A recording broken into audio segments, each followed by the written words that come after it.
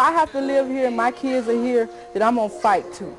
Because I have to fight with the gang every day. I have to fight with the drug addict, the lice, the trash, the elevator, the stairway. The guy in the middle of the playground's got the gun. He's got on a white shirt. The TAC team was walking up now. The year is 1969, so Martin Luther King Jr. is already dead, but the civil rights movement is still alive. The month is October, so Fred Hampton would be murdered by the police 2 months later, on December 4th. In the 1970s and 80s, goofy gang leaders like Larry Hoover and Jeff Fort divided the community and chose to consistently sell their people out for drug money. But in 1969, our eyes were still on the prize. Teens from the Henry Horner projects had been protesting for months, a little over a year to be exact, for a traffic signal at the corner of local schools and health clinics where 2 teens had already been killed. The city refused. In addition, earlier in the year, police kicked down the doors of a Panther office, brutally beating and injuring 6 people and 1 bystander on Madison Street. As you can see, the climate of 1969 Chicago was already heated. Police brutality in Chicago is far from anything new, and in 1969, the police were on a roll. John Soto was an active member of the protest campaigns to get a traffic light installed at the corner, a few blocks from Fred Hampton's apartment. Sadly, John only lived to 17. He was killed on October 5, 1969, one day after a police raid on a Panther office. According to the reports, John fought with the police before being, accidentally, shot by them. This is John speaking at one of the protests for the city to install a traffic light. John Soto allegedly pulled a pistol, aimed it at the police, and was killed, which triggered a 10-minute gun battle, with over 200 officers converging on the Henry Horner homes, firing shots into the buildings. An 8-year-old girl and 10 officers were injured. Police classified John Soto's death as an accidental homicide, which obviously is not what they would have done if he had really pointed a gun at them. So, the already agitated community grew furious and John's brother, Michael Soto, returned home from the army to attend his brother's funeral. This is a picture of Michael getting arrested while protesting his brother's murder. 5 days after his brother's death on October 10th, Michael Soto was shot and killed by the police. It was said that Michael was killed because, after being stopped by the police, he pulled out a gun, contrary to the account given by witnesses, and the black community does not believe in coincidences, especially when it comes to their interactions with the police. Another brother in the army, Richard Soto, who had returned home for John's funeral, with the help of his cousin, who was home on leave from the Navy to be with his family, kept the peace as Michael laid bleeding to death for 20 minutes, telling the crowd that the police were prepared to kill them too. This is the mighty Cartoon News Network. Thank you for joining The Real CNN, as we continue to explore the worst places to live in Chicago, with an in-depth look into the sordid history of the Henry Horner homes. Wakanda forever. I'm a G-R-A-P-S-T-R. Got the streets on lock, the shoes on the car. She likes it, she likes it, she likes it. The Henry Horner projects were named after the first Jewish governor of Illinois, Henry Horner, that served from 1933 to 1940, when he died in office. Construction began on these projects, on the city's near west side, consisting of 7 7-story tall buildings and 4 16-story tall high-rise buildings, with 920 units, and was complete in 1957. When the projects were first constructed, the first gangs to colonize these buildings were the Egyptian Cobras, Imperial Chaplains, and 14th Street Clovers. These were the 3 powerhouse gangs in the buildings until 1960, when the Vice Lords showed up, and became the dominant force. In the year 1961, the extensions were built, which had 7 new buildings. 4 of them were 14-story high-rises, and the other 3 were 8 stories high. This extension consisted of 736 more units, giving Henry Horner a total of 1,656 units, and a total of 18 buildings.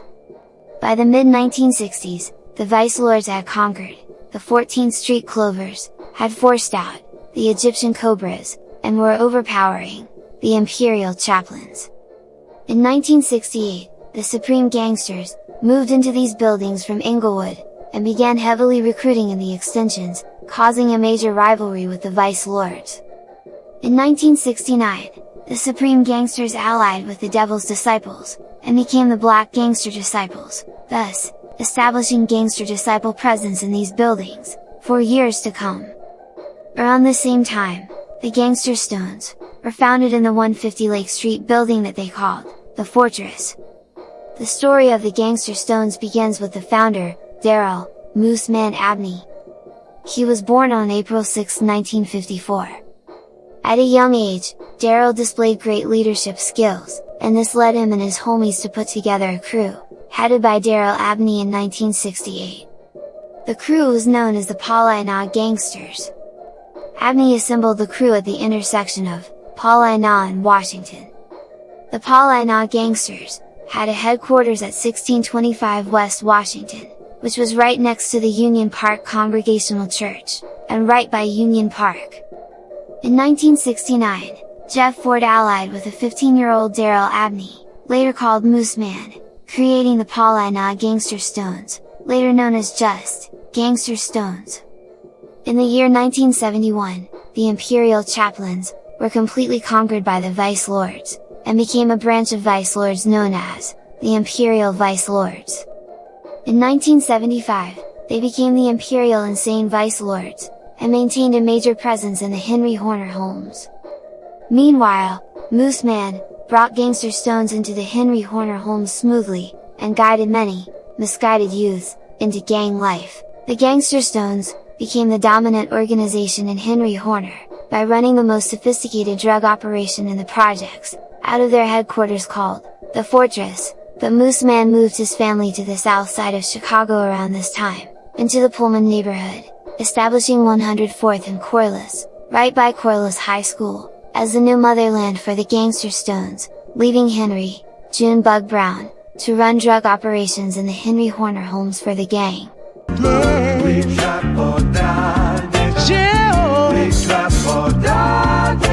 When the People Alliance was laid out in the year 1981, Jeff Fort was pivotal in assembling this alliance.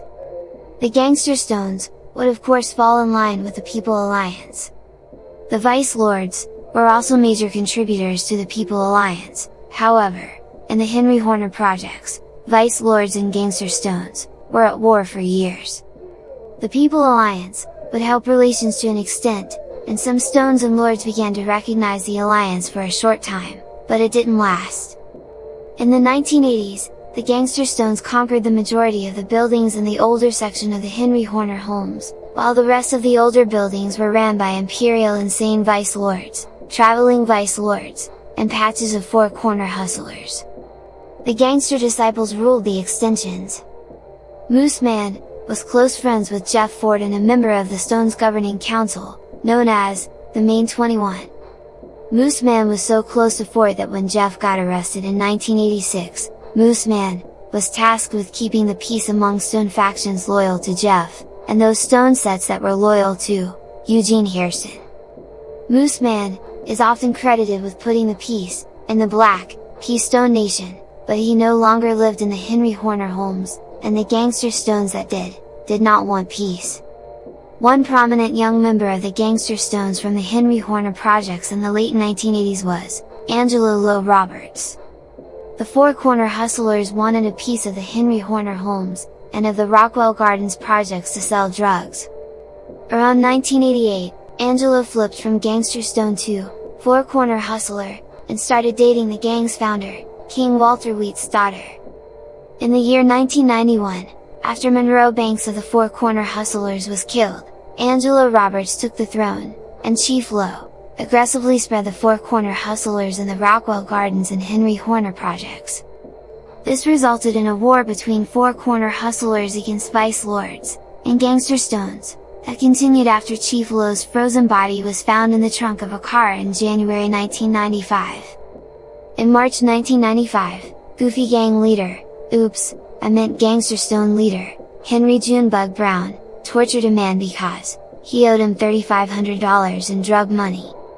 According to a Chicago Tribune article, originally published on February 20, 1998, Henry Junebug Brown apparently figuring he had little to lose Thursday, after being sentenced to spend the rest of his life in prison, mooned his prosecutors, as he was led from the courtroom.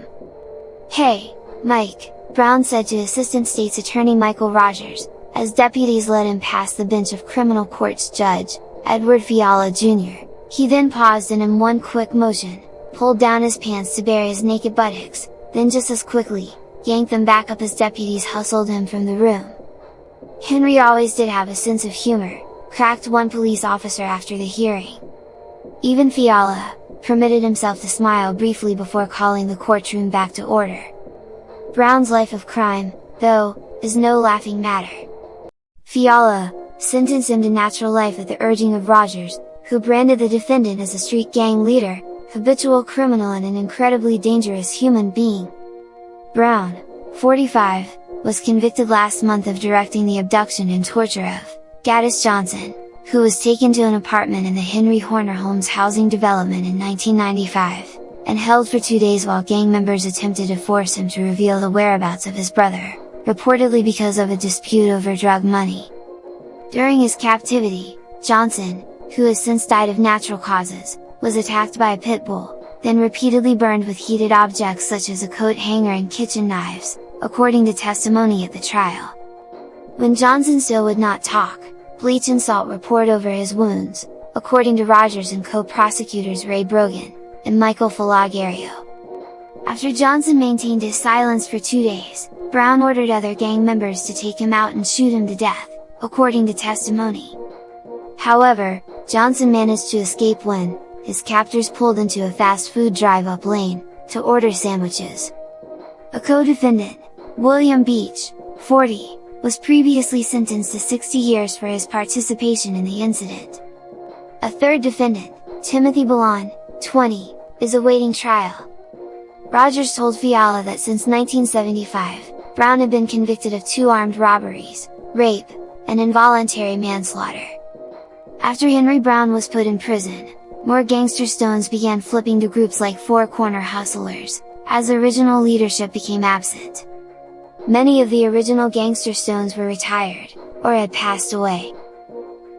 In May 1991, residents of the housing project, and members of the Henry Horner Mothers Guild, filed a class action lawsuit against the Chicago Housing Authority for neglect. They argued that the CHA had let the buildings deteriorate, with rodent infestations, numerous plumbing, lighting, and other city code violations. The group created a video produced by the Chicago Video Project, showing the living conditions at the housing project. Demolition began in August 1995, by the Department of Housing and Urban Development, after taking control of the CHA high-rises 6 years prior. The last high-rise building was demolished in June 2005, the last building in the original projects, a mid-rise, was demolished in 2008.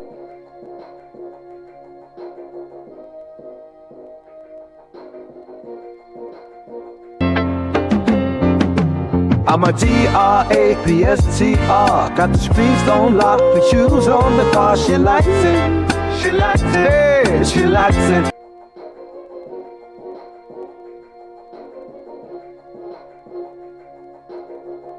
We shot for